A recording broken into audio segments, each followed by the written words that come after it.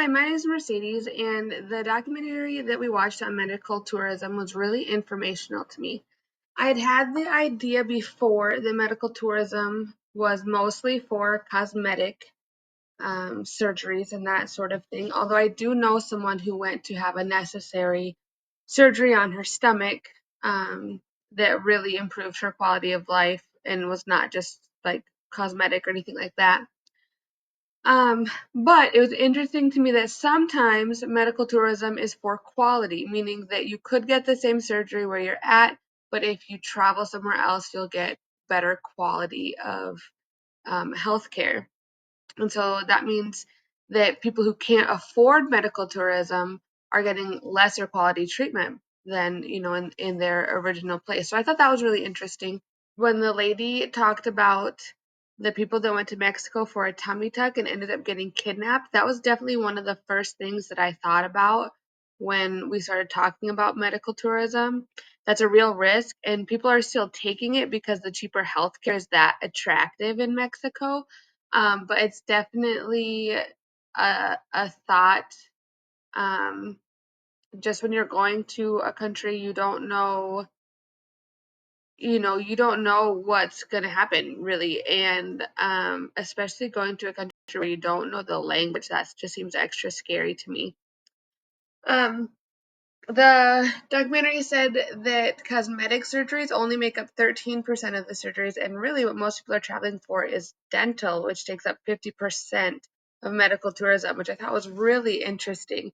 And I wonder where those people are coming and going from and to for that dental care. Um, that was really cool how the Texas Medical Center, everything that they're doing to coordinate the trip for people. So they're helping to get everything figured out for them, housing, transportation, meals, all of that stuff. That is one thing that my friend who went to Mexico, what she said is that she went there, she paid one price, and they had a place for her to stay to recover. They took care of food, they took care of all the transportation, like they did everything, which even if she wanted to have the surgery in the United States, she's going to have to travel, I believe, out of state for it anyway. And then she would be responsible for getting all that stuff figured out. I did a little bit of research into medical tourism in Thailand. I found out that heart surgeries, such as coronary artery bypass grafting and heart valve replacements, and then some other minimally invasive cardiac surgery techniques, are done as one of the top medical tourism uh, as part of the top draw for medical tourism to Thailand.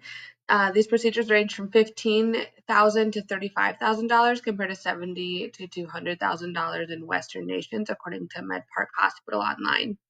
Their second biggest draw for medical tourism is orthopedic and joint replacement surgeries, including hip and knee replacements, and these cost 50 to 70% less there than in Western countries, again, according to MedPark Hospital.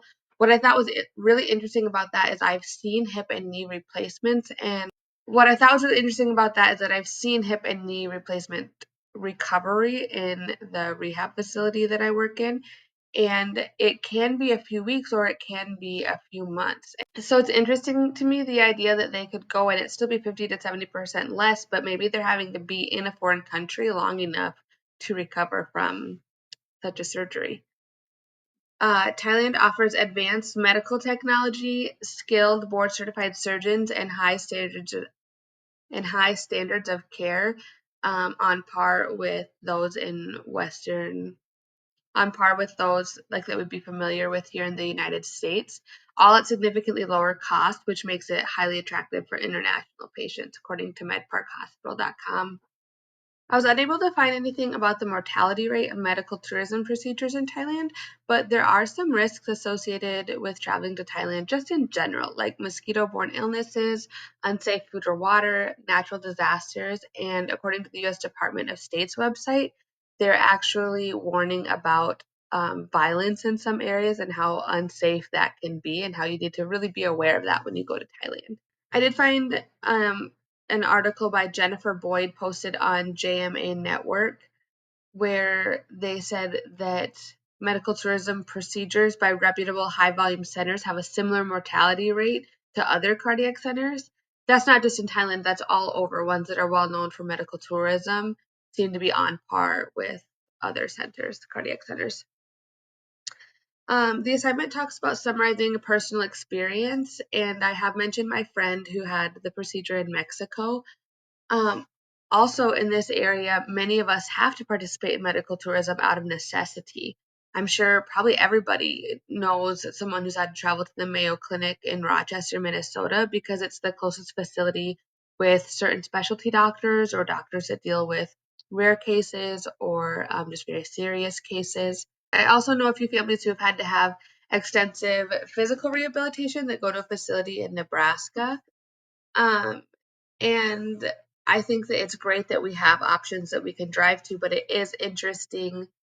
Like in Rochester, they had hotels and everything lined up for us. And anytime that we went, it was just for a couple of days, a quick appointment. We didn't have to stay there for very long. But the people I know who have had to go to Nebraska, the people I know that have had to go to Nebraska, they're down there for extended periods of time, maybe months at a time.